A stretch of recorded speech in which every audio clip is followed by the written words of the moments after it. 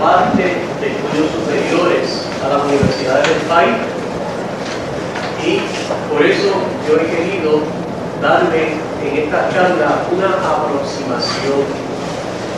No voy a desarrollar la conferencia en términos de hondura, en términos de profundidad, sino que mi propósito es aproximarlo a ustedes en una iniciación al conocimiento de esa tendencia nueva literaria en Puerto Rico que se llama la desconceptualización. Y esto es, se va a examinar los signos de lo humilde, lo sencillo, lo asequible, lo espontáneo y cotidiano de la vida. Frente a una interpretación postulante, se da la representación de unos hechos y sentimientos a flor de piel. Una interpretación, una definición de lo que es desconceptualización. Bien, durante la breve conferencia vamos a hacer lecturas breves pero continuas, constantes, para ir por un ejemplo vivo de la lectura, que el estudiante pueda ir comprendiendo lo que es la desconceptualización. Este movimiento literario que comienza en Puerto Rico, ¿verdad?, y que trasciende los límites de Puerto Rico, influye en la literatura hispanoamericana, ¿verdad?, ya está influyendo en la literatura española y en la literatura francesa. Hay una mujer puertorriqueña que está gustando mucho a los franceses y a las francesas también, en términos ciudadanos, ¿verdad?, y en términos del amor a la literatura, al arte. Esa mujer, Ana Vega, una escritora puertorriqueña, está dedicando, es la que está con su ejemplo literario propulsando este movimiento en Francia y nace aquí en Puerto Rico.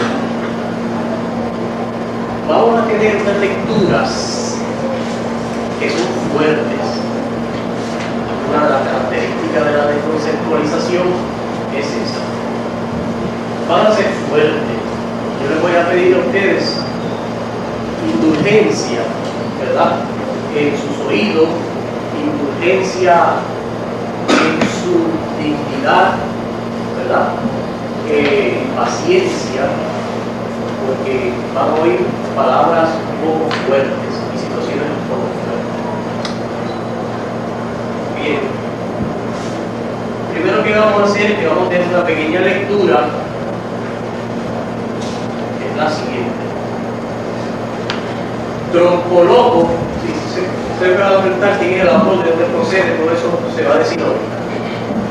Trompoloco me jala la manga del codo y me dice bien bajito, como en secreto: oye panita, que me estoy meando. Imagínate tú, lo único que faltaba. Y le digo: ay, tronco bendito, aguántate, tú no ves que aquí no es posible. Y me dice: pero es que hace rato que tengo ganas y ya no aguanto más.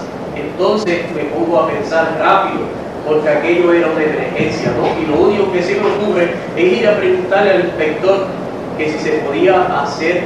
Le digo a Trompoloco: bueno, espérame un momento.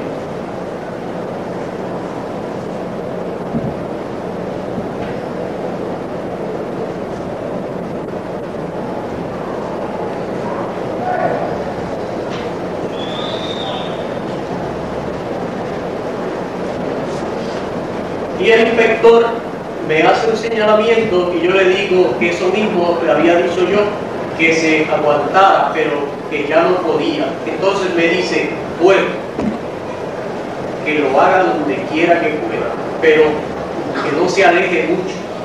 Así que vuelvo donde Trompoloco y le digo: vente conmigo por ahí detrás a ver si encontramos un lugarcito. Y pegamos a caminar, pero aquella hilera de gente no se acababa nunca. Ya habíamos caminado un trecho cuando vuelve a jalarme la manga y me dice, ahora sí que ya no aguanto, brother. Entonces le digo, pues mira, ponte detrás de mí, pegadito a la pared, pero ten cuenta que no vayas a mojarme los zapatos y hazlo despacito para que no se oiga. Y ni había acabado de hablar cuando oigo aquello que, bueno, tú sabes cómo hacen eso los caballos. Pues con decirte que parecía que eran 2 caballos a la vez. Sí, yo no sé cómo no se le había reventado la vejiga. No, una cosa terrible. Yo pensé, Ave María, este me va a salpicar hasta el codo. Y mira, que era de esos cortitos que no llegan ni a la rodilla, porque a mí siempre me ha gustado estar a la moda, ¿verdad? Y entonces, claro, la gente que estaba por allí tuvo que darse cuenta, y yo oí que empezaron a murmurar y pensé, ¿cuál es la científica?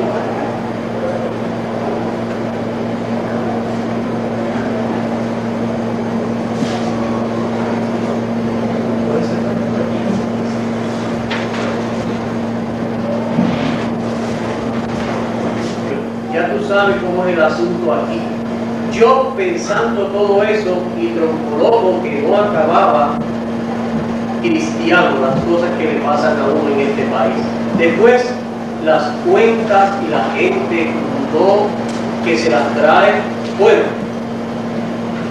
pues al fin troncoloco acabó y por lo menos eso creí yo porque ya no se oía aquel estrépito que estaba haciendo. Pero pasaba el tiempo y no se movía. Y le digo, oye, ¿ya tú acabaste? Y me dice, sí. Y yo, pues ya vamos. Y entonces me sale con que, espérate, que me estoy sacudiendo. Mira, ahí fue donde yo me incomodé. Y le digo, pero muchacho, ¿y qué es eso? ¿Una manguera? ¿O qué? Camina por ahí si no quiere que esa gente nos sacuda hasta los huesos después de esa inundación que tú has hecho aquí. Entonces, como que comprendió la situación y me dijo, está bien, vamos. Realmente, yo le estoy haciendo una lectura a ustedes de un cuento que se titula El día en que volvimos a ser gente, del escritor puertorriqueño José Luis González. Eso que yo le acabo de leer a ustedes es los primeros tanteos de la literatura de la desconceptualización.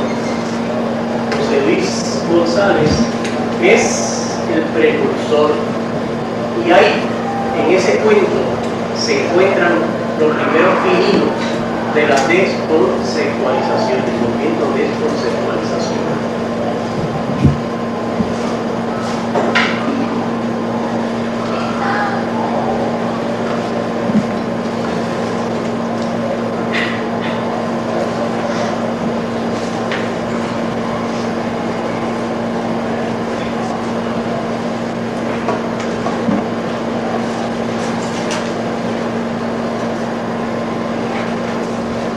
En este momento, yo les dije que durante la conferencia vamos a hacerle algunas lecturas que son muy necesarias para comprendiendo lo que es el movimiento de la desconceptualización. En este momento, le vamos a dar lectura a un poema reciente,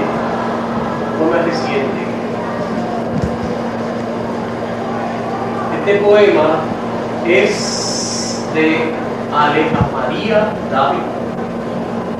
Se titula Déjenme sola. Después del poema haremos un breve comentario de este poema. Es un poema que pertenece a la literatura de la desconceptualización, que también tiene otros nombres. Ustedes van a conocer cuál es el propósito de esa literatura. Dice: déjenme sola con mis cosas.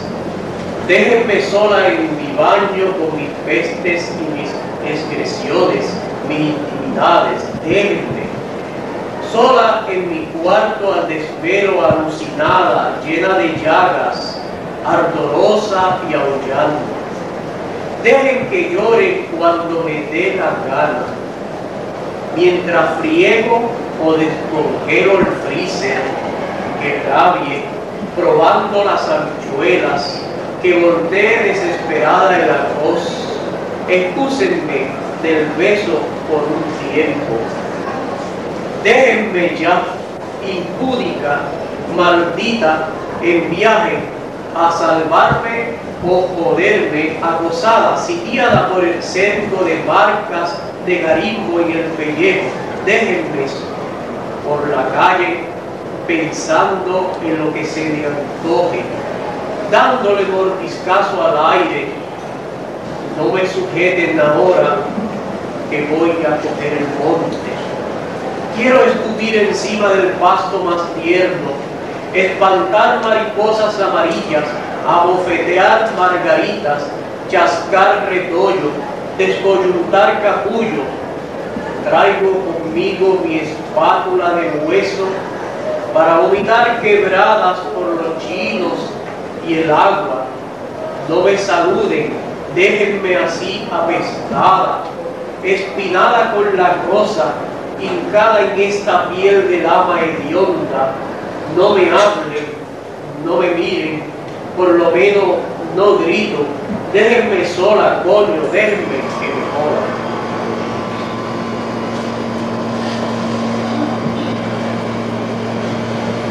Este poema de María Dávila, un poema que pertenece al movimiento literario de desconceptualización, que trata de enseñarle al pueblo un mundo que existe a flor de piel en Puerto Rico, a flor de piel de nuestra sociedad puertorriqueña, que existe, que la gente lo ve, que la gente se da cuenta de que existen estas experiencias, pero que las mantienen ocultas en las sombras. Los autores se dedican a auscultar, a descubrir, a analizar, a interpretar ese mundo subyacente dentro del otro mundo aparente, y van revelándole a sus conciudadanos, a los lectores y al mundo en general la vida que late, y que está latente, y que está enérgica dentro de las sombras de la sociedad, que son parte inherente a la misma sociedad, parte inherente, que son realidades, y ellos buscan y escarban dentro de esa experiencia y van modelando y van transformando en una forma sofisticada en el sentido del arte, porque lo que van es que toman esa experiencia cruda y la convierte y la transforma en una experiencia artística y la llevan a la literatura. En ese poema, Déjenme sola,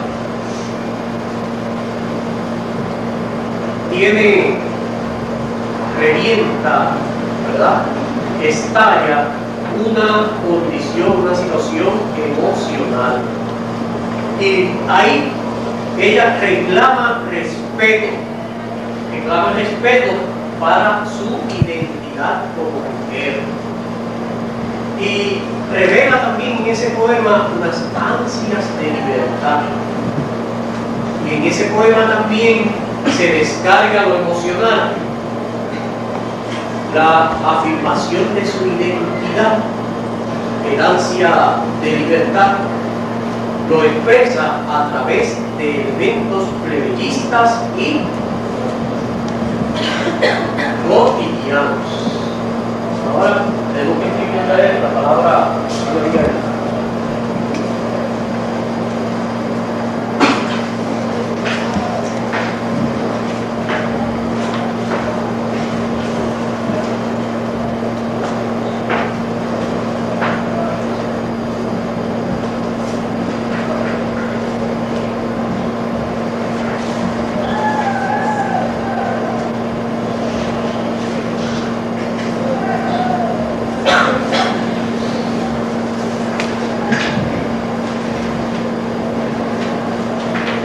Debo escribir esta palabra aquí, plebeyismo, porque aunque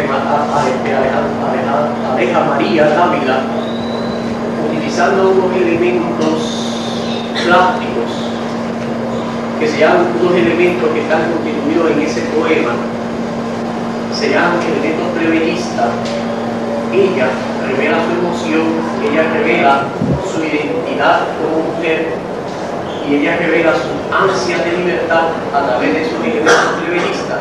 Y utilizamos la palabra porque ahora tenemos que decirle que plebeyismo es otro nombre con que se bautiza a ese movimiento de esa nueva corriente de literatura puertorriqueña.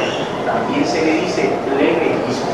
Tiene varios nombres: desconceptualización, porque niega o está en reacción o está en oposición a la manera en cómo se había ido trabajando la literatura en nuestro país, que era una literatura conceptista, una literatura de la idea, del concepto, del pensar, y entonces construir el pensamiento, la reflexión, construir la tesis que se iba a plantear en las novelas, en los cuentos.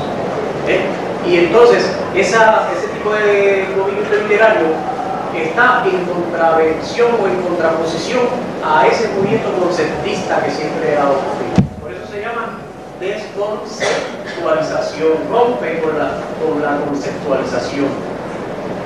Y entonces se le llama también plebeyismo.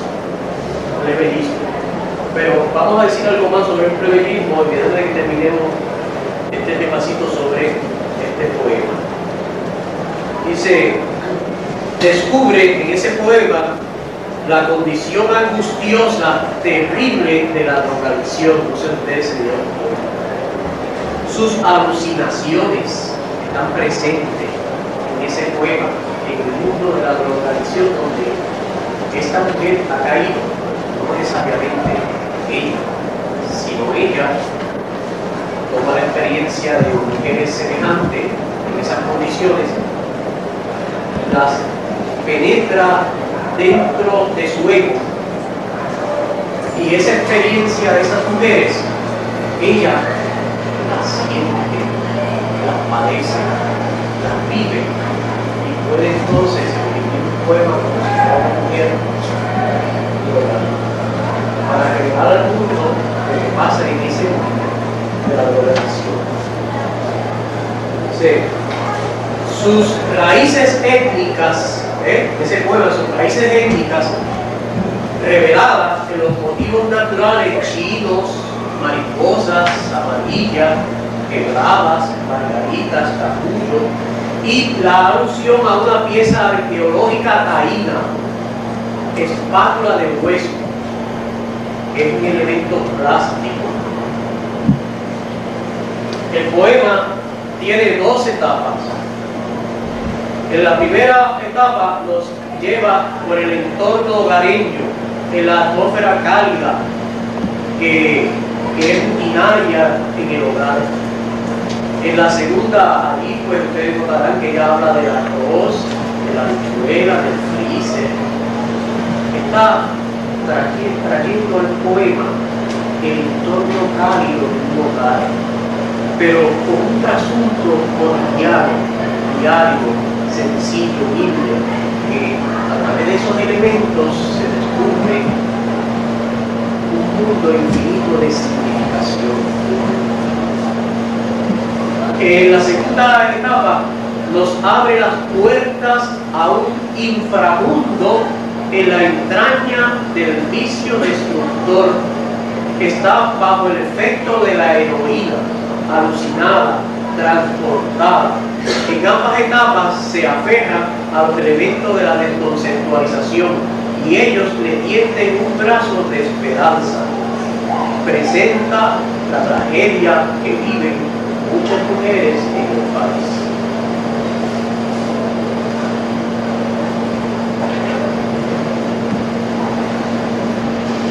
Precisamente José Luis González, escritor puertorriqueño que vive en México y que se pasa una o dos veces en el año visitando a Puerto Rico para empaparse de la sustancia borinqueña, como el escritor necesita de esa experiencia, vive en México. Es precisamente el que comienza los pedidos en el 45, 50 y 60, comienzan los pininos, comienza el precursor de este movimiento de desconceptualización. Pero, como ustedes pudieron ver, era una cosa más sencilla. Y él precisamente es el que bautiza con el nombre del plebeyismo ese movimiento actual, que tiene también ese nombre plebeyismo. ¿De dónde José Luis González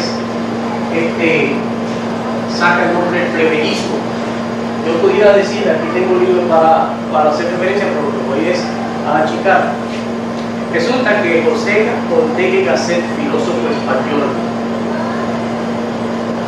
mirando los cuadros de Goya, su pintor, descubre que Goya tiene una etapa que es la más importante como pintor español, que la más importante es una etapa que él la considera Ortega y Gasset plebeyista, y que resulta en lo siguiente. Dice que para el siglo XVII, final del siglo XVII, principio del siglo XVIII, la aristocracia española, que era la que dictaba prácticamente las pautas a seguir, la convivencia del pueblo. El pueblo miraba a él y lo que ellos hacían era oculto del pueblo y eso se evitaba. Pues aparece que esa aristocracia, dice Ortega y Gasset, está en bancarrota, está decaída, está decadente, pierde el imperio, pierde todo, pierde el prestigio, y ya no tienen fuerza moral para enseñar al público, al país. Entonces es cuando el pueblo, dice Ortega y Gasset, cuando el pueblo se encuentra sin cabeza, busca dentro de su misma sustancia y experiencias vitales, busca una base para fortalecerse, para situarse, para guiarse. Y esa base sale de sus mismos jugos, de sus mismas experiencias vitales. Y ahí entonces aparece lo que se llama el plebeyismo. Entonces, Goya se da cuenta de eso y lleva esa experiencia que está surgiendo en España a sus cuadros. Entonces su cuadro, ya la persona, la imagen que está allí vestida, ya no viste como viste la marquesa, la princesa, la duquesa, la reina. No, ahora viste como viste una gitana y lleva el atuendo, la vestimenta de la gitana, la lleva al salón, la lleva al cuadro, la va a inmortalizar y la va a transformar al arte, la gitana. Y esos son los síntomas que ve Ortega y que le llama plebeyismo. Y ahí nos dice José Luis González que en Puerto Rico actualmente está pasando lo mismo. Dice que en Puerto Rico, pues, por existir una cuestión de crisis, esto yo no voy a entrar en esa conversación, pero sí quiero apuntar así brevemente, que como Puerto Rico existe una situación de crisis, de identificación, pues el pueblo entonces ya no encuentra en la cabeza del país, en donde supuestamente esté la cabeza dirigente del país, ya no encuentra en esos cánones, en esos hombres, en esos ejemplos, ya no encuentra una ejemplaridad. Y el pueblo mismo se vuelca a buscar sus mismas cosas, a buscar sus mismos alientos, a darle realce a lo suyo, a darle importancia a lo suyo. Y ahí nace el movimiento plebeyista. Pero ¿qué lo diferencia? Dice González, ¿verdad? Que el plebeyismo, dice él, es selección desde, él dice que él tiene los dos términos. Él dice que el popularismo que se inicia con él, como ustedes leyeron ahí, él nos explica que popularismo más bien que plebeyismo, y hace una diferencia. Dice, ¿qué es el popularismo? Dice, el popularismo siempre ha existido en la literatura del país, porque Manuel Alonso era médico y escribió el Jíbaro. En el Jíbaro se ven muchas cosas de la vida popular del país, dice, pero el popularismo, dice José Luis González, es una situación que desde arriba se mira hacia abajo. Una cosa que se trae desde arriba. Manuel Alonso era un médico, tenía una esfera social. Y él mismo es un doctor en filosofía y letras, y tiene unos círculos donde se mueve la universidad, conferencia, etc.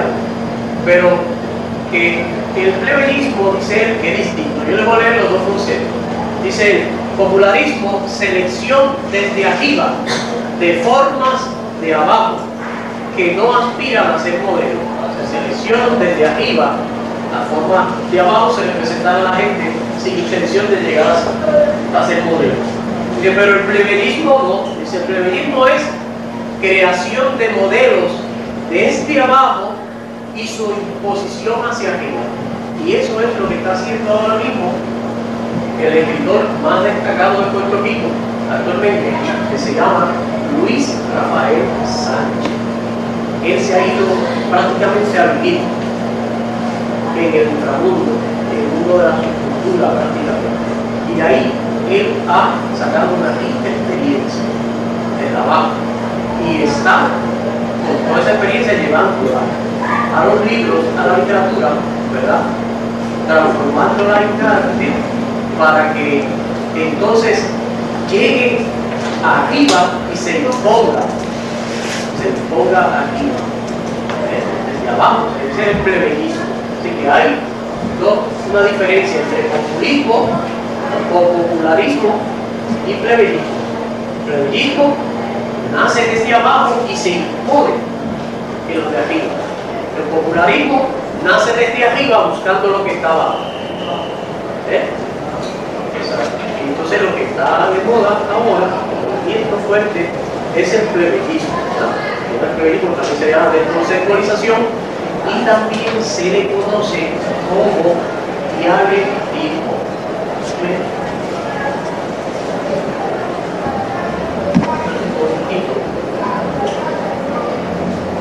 Dice José Luis Vega, hablando de lo que yo les estoy hablando a ustedes, pero tal vez el rasgo lingüístico más característico de la nueva narrativa puertorriqueña sea el cultivo del estilo que hemos llamado dialectal, sin querer otro nombre, desconceptualización, plebeyismo y estilo dialectal, ¿verdad?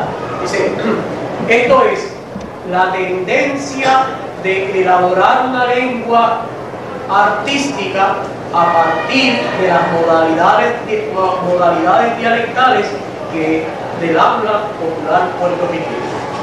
Es decir, que en el habla popular puertorriqueña es rica en expresiones. Y entonces la función está en tomar esa habla y convertirla en una lengua artística. Es decir, algo así como lo que pasó en Argentina con el tango. En una casa se cantaba un tango y la gente, los señores querían morirse y había unas objeciones sobre el tango. ¿Cómo tú vas a cantar esa canción aquí en esta casa? Eso es de la acabante, de la gente baja, culpa, decía. Pues el tango recogió todos aquellos vocabularios, todas aquellas expresiones dialectales de Argentina y lo llevó al arte. Y hoy día todo el mundo sabe lo que es el tango, cómo floreció en su época, cómo influyó hasta los japoneses conocieron el tango, ¿verdad? Y cómo se llevó a películas, y hubo un arquetipo del tango llamado Carlos Gardel, ¿verdad? Que enloquecía a la muchedumbre, ¿verdad? Cómo el tango desde abajo se impuso a las masas desde arriba, o a la élite, se impuso. Y eso es lo que está pasando en la literatura puertorriqueña. Las modalidades dialectales, estos observadores, estos tremendos científicos de la palabra, artistas, como se llama, como Luis Rafael Sánchez, Ana Lidia Vega y otros, pues se fijan, la convierten esas modalidades dialectales en una lengua artística, en sus libros, con una función determinada. Quizás le aparece fea la expresión, pero búsquenla, analícenla, atrévanse a interpretarla para que vean que no hay palabra linda que diga más que lo que dice ahí y que revele más del Puerto Rico de hoy de lo que revela en esa expresión. Cuando esas expresiones hacen una integridad en un libro, vamos inmediatamente un momentito a léanse al cambio, pueden leerse. ¿Ustedes tienen un compromiso ahora? Sí. Porque la conferencia prácticamente está empezando.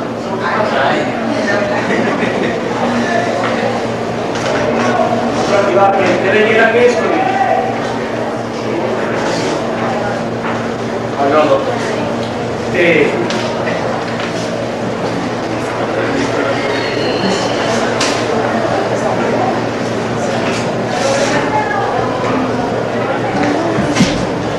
Bueno, pues léanse primero este que está escrito aquí al margen, y después lo otro. Esas hojitas pertenecen a la novela La Guaracha del Macho Camacho de Rafael Sánchez.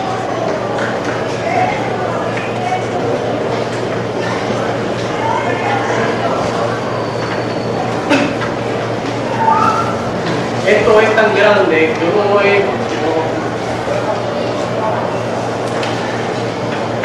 Miren esta noticia. Premia a Luis Rafael Sánchez en Berlín, en Alemania. Allá, lo que ha pasado con la Guaracha del Macho Camacho ha sido algo tan extraordinariamente grande, ¿verdad?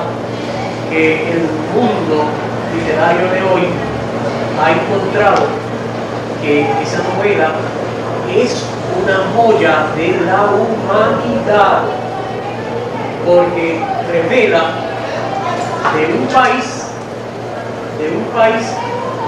revela el alma actual de un país, su condición social, psicosocial. Y hay los países civilizados tienen centros que se dedican a proteger las cosas que son significativas para la humanidad. ¿Ven? Los países civilizados, Estados Unidos, Francia, Alemania, todos estos países civilizados, Rusia, Italia, todos ellos, Suiza, ¿verdad? Todos tienen ellos, los países nórdicos, unas instituciones que se dedican y que tienen mucho fondo para eso, a proteger aquellas cosas que en distintos países del mundo existen y que tienen un significado profundo para la humanidad. Y entonces en Berlín, Alemania, ha invitado ya en 2 ocasiones a Luis Rafael Sánchez y lo ha premiado lo ha premiado y le han dado dinero, bueno, han hecho una cosa tremenda. Con él le dieron primero una beca de 1 año para que escribiera allí, tenía secretaria y tenía traductor. Y entonces han traducido la novela La Noche de Macho Camacho, la han traducido a los siguientes idiomas, como decir.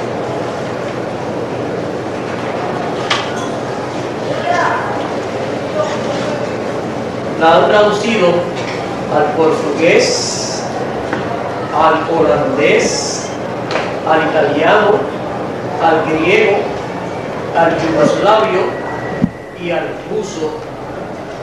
O sea que la han traducido esa novela a todos esos idiomas. ¿Por qué? Porque no sirve de la traducción, pero eso es una revelación de nuestra literatura.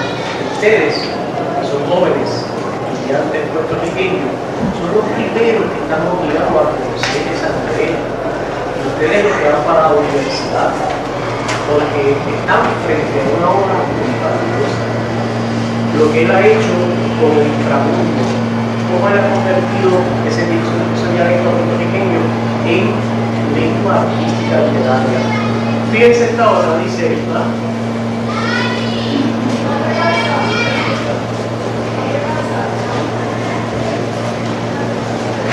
Luis Rafael Sánchez busca escribir en puertorriqueño. Por eso es que Alemania lo ha olvidado. Porque si Rafael Sánchez hubiese escrito una novela, como la escriben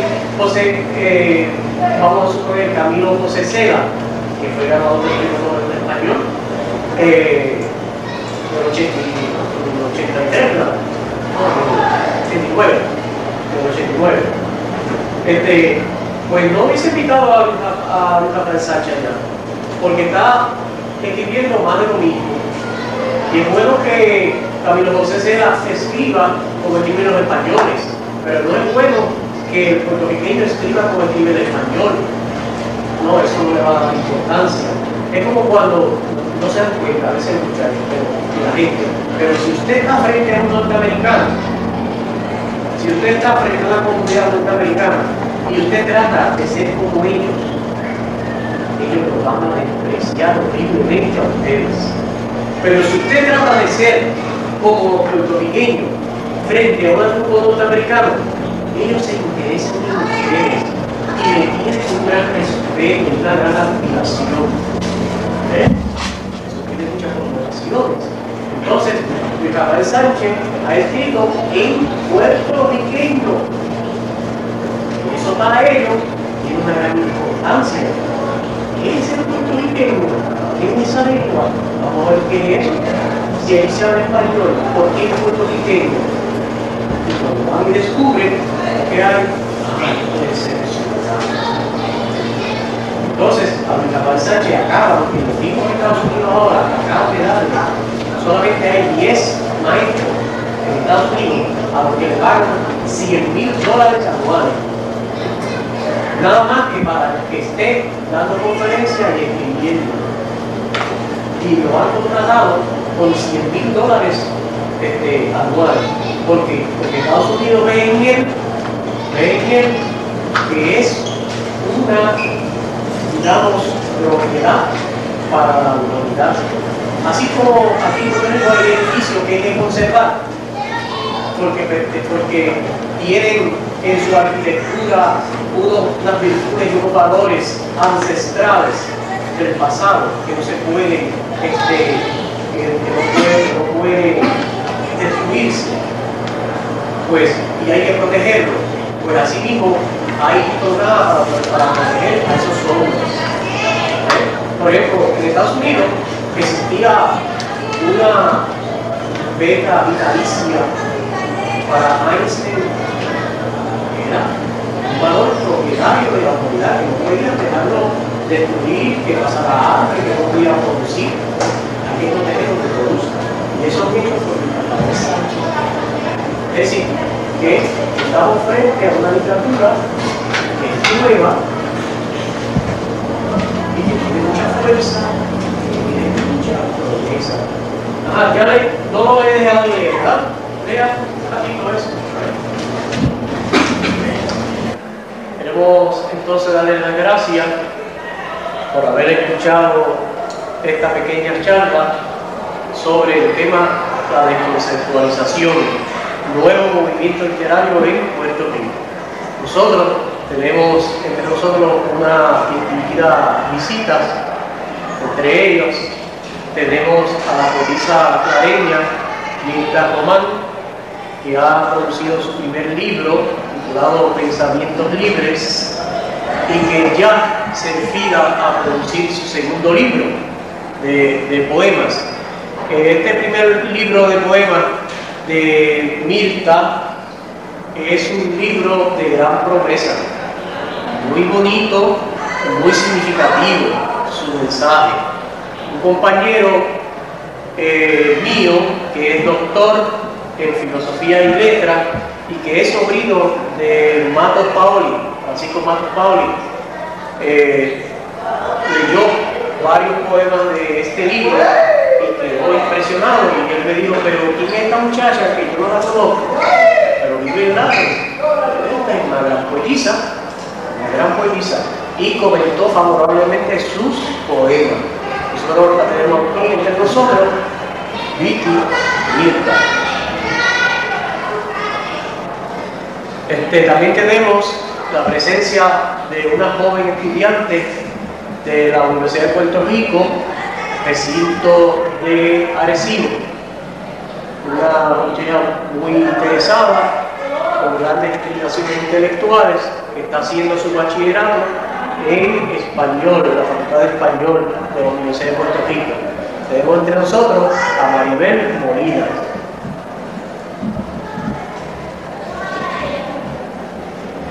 Y muchas gracias por toda la atención prestada.